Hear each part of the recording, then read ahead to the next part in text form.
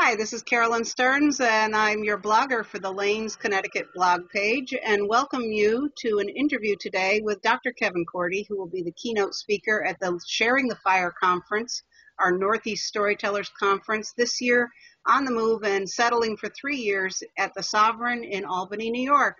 Welcome to the blog, Dr. Cordi. Hey, it's great to be here. I appreciate it, and it's a rich opportunity to talk about at Sharing the Fire, so that's excellent. We're excited to be hosting you. Great. It'll give me a chance to ask a few questions. These are some of the questions that I'll address at Sharing the Fire. First, what did Kevin Cordi do wrong as a storytelling teacher? But parallel to that, what did I do right? Writing my dissertation, I was able to re-examine my life, 11 years as a full-time professional storyteller in the schools every day. I had to make curriculum every day. And so I got to re-examine that with a critical lens that said, how can I improve on the learning that comes through the value of the rich narratives, not only that my students share, but the community creates? And so I'm really looking forward to talking about both the story-making process, how we create stories as much as how we tell stories, how sometimes students aren't necessarily telling for a public performance, but they're telling for themselves.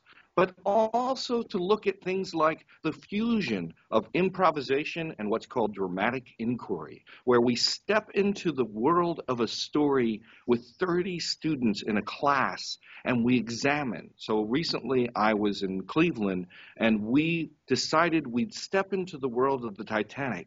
And the next thing, a 16-year-old looks at me and says, I think the ship sunk because I left the window open. And I said, wait a minute, let's research that.